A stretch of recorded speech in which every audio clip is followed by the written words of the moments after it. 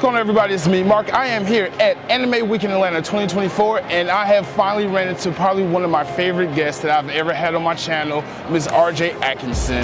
How are you doing today? I'm doing well. How about you? I'm actually rested, and I'm like just ready to go and just get this content knocked out. But we are here to just do a post interview with you just to see what has happened since you was last on the channel. So let me ask, what have you been up to? Because you look like you've been very busy. Yes, honestly, this has been a great con. I mean, this is the largest con that we've had for the year, and we've actually hit 109 pre-orders. Congratulations. Thank you so much. Thank you so much. It's surreal because, I mean, this is our first year. The first chapter of the Seven Kingdom hasn't even released yet.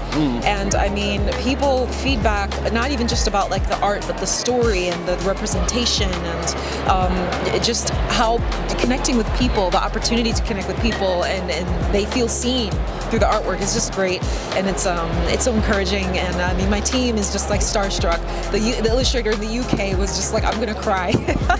And one of the illustrators here who has a booth was just like, it was like they were just like processing it. They're like, what? 109 pre-orders is just as crazy. It's been great. I'm so grateful. That I am so happy for you, and again, I cannot say this enough. Congratulations, because you have worked day and night. Like, it seems like we did the interview on Blurredcast and it went up, and you got some engagement from that. But ever since then, you've been on TikTok, you've been on Facebook, Instagram. You've been marketing your manga. You have been coming up with promotions. You've been doing Kickstarters and GoFundMe's, and like look, like you've been creating like stickers and just artwork and fun collectibles. So when you have your booth, you can just come here and just show off, and like it's all insanely good. Like, I don't even know how to describe it. Your work is insanely good. Like, I'm just so happy for you. Like, you put in a lot of work and dedication to this, and do you see the work, all that hard work paying off now?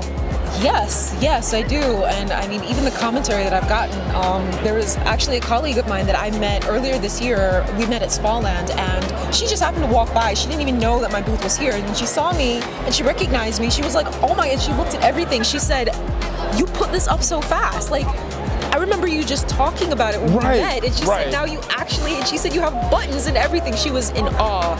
And honestly, I'm seeing the result. I'm seeing as much as I'm seeing the result of the work that I put in, I feel this is such a collective effort. I don't think it's right for me to just take all the credit. I know what I know about marketing because of the people who taught me business. We have something that people like because of the talented illustration team. And so I guess I'm processing this like, I'm grateful, I'm so grateful, but like, this is also like maybe 1% me. I'm just part of the team that is part of this whole entity bringing this together. So, but like I understand what you're saying. You're like, yes, you are just one part of a team, but like this is your vision come to life. It is. And like being able to see like your words and your thoughts become like illustrations. Like, I'm gonna show close-ups of all this stuff. I have B-roll, but like, oh my God, look how insane that looks. Like, when you thought this in your mind and you was up late at night typing, did you like, it's gonna look like that? Or you was like, I hope it looks like that?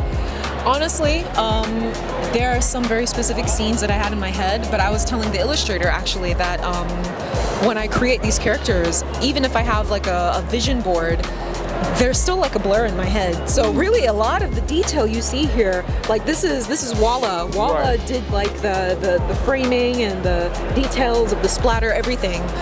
Walla and Tagline 9 have like exceeded my expectations.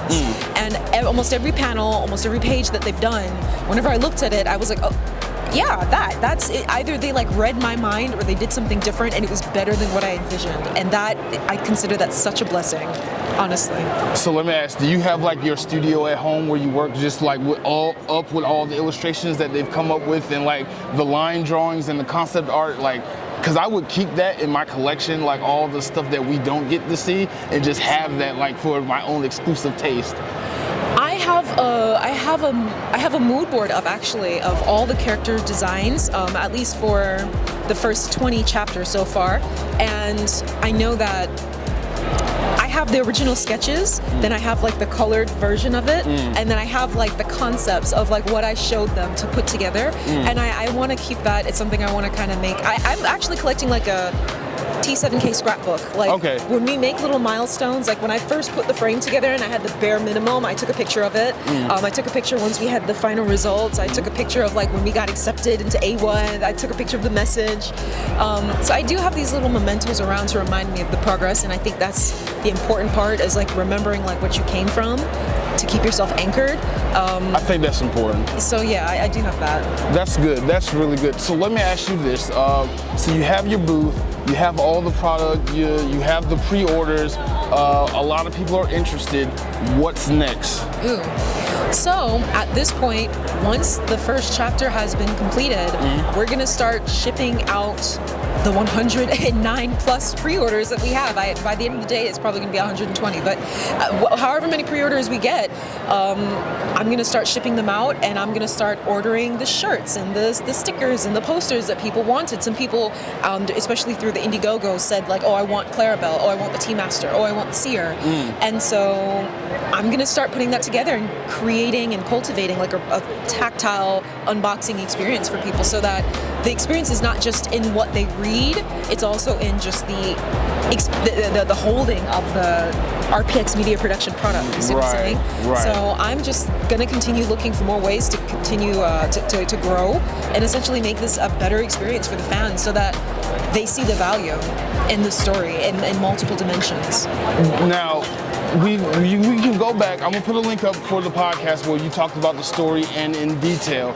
Please go check out the podcast with RJ. It was amazing. We went into so much detail about everything. But let me ask, you've come so far since that interview.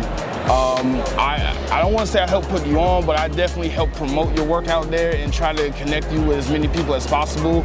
Are you now getting used to like content creators wanting to come up and interview you and just put their camera in your face and ask you a bunch of questions, and are you tired of saying the lines over and over again? Like, I know you know your work and your story like a T, but like, is it like getting repetitive at this point, or are you just enjoying the process? I'm enjoying the process because, I mean, every person, the conversation has been a bit different. Sometimes you get the same questions, like a publicist has been putting me on to interviews, and sometimes I get the same questions. Sometimes I get thrown for a loop. I remember doing one podcast where we were talking about the mentality that goes behind being an artist or being a creative. Ooh, that's a good one. Yes.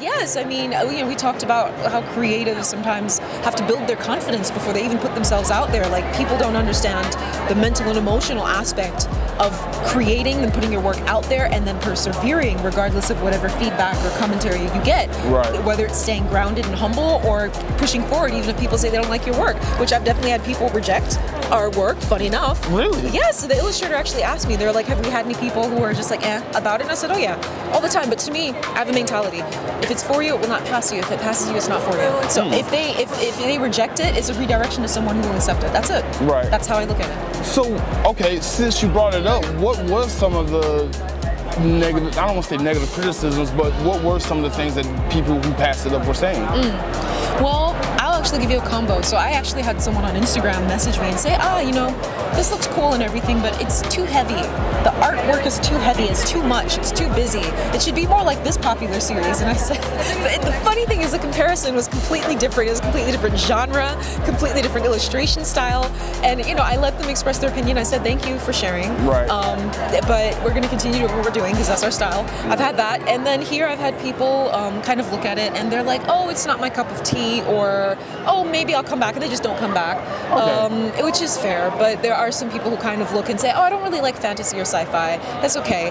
I've not had anyone say they didn't like the story. It was not their preference, and that's to be expected. Okay, well, that's actually not bad. Yeah. I thought you was going to get something like, oh, you shouldn't be making manga or something like that. Oh, no. Okay. I've never, here's the thing, and maybe I've managed to, I don't know if this is like, I just have a protective shield where I've just not encountered those people, or I've just learned to market and only speak to people that I know would be interested in the series, because I took a business class. Right. I took an 8-week online business class just so I could learn how to operate my business in relation to publishing and make it appealing and reach my target audience. Right. And I say that because When you understand who your target audience is, you know what they look like, you know their preferences, you know what other anime and manga they like. So when people walk by, I know who to call out to because I know, okay, if they like this anime, they're gonna like ours. If they like that type of style, they're gonna like ours. Right.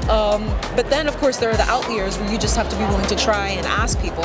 But yeah, I've not really had anyone overtly tell me I shouldn't be making manga, and the worst I've had is I post a picture of myself like on the manga webpage, maybe Instagram, doing an interview, and we lose followers because they didn't expect to see a black woman behind the series. I've seen that happen a couple times. Okay, yeah. I've noticed the pattern, Okay. you know, but at this point I don't really care because I know that for every person who rejects you because of the way you look, there are Right. people who are going to cheer you on and support you even more so because there are more people, in my mind, in my mentality, Right. who want to support you than people who may not like it. And if they don't like it, well, they'll say what they're going to say and they're going to move on. That's it.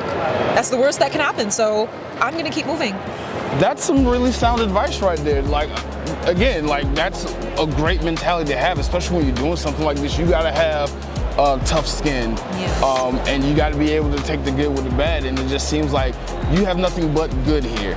I've been watching you every day that I've been coming past your booth, and I'm like, she's working. Yeah. People are interested. Let me go find. I've dragged people over here.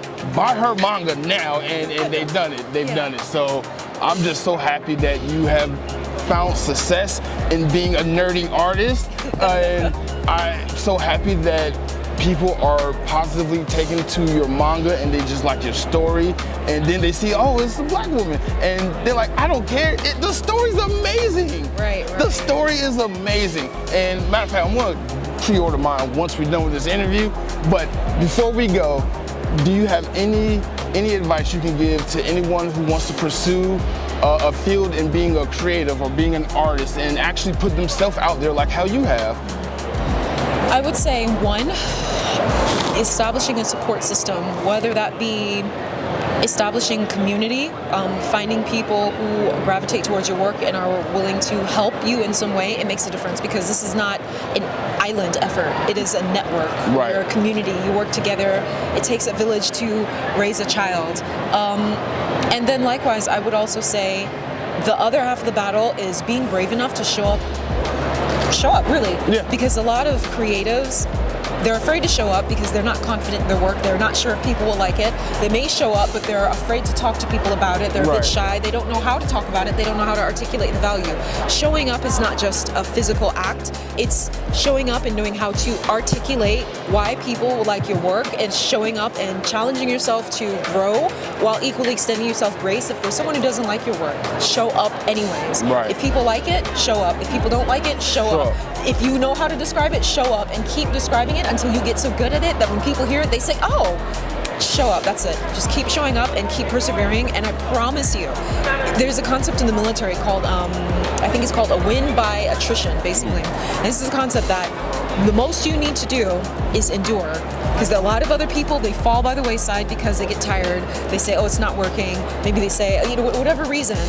The person who wins is not always the person who is the best. It's the person who stood on the longest. Gotcha. That's some good advice to go by. But thank you so much. I am going to send so many more people your way, and as long as this building is open and you're here, I'm sending people here. So get ready for an influx of a bunch of people today. But everybody, thank you guys for watching this little follow-up interview with Miss RJ Atkinson. I'm going to have her on Blurredcast again at some point in the future, so stay tuned for that, and stay tuned for more for Anime Week in Atlanta 2024.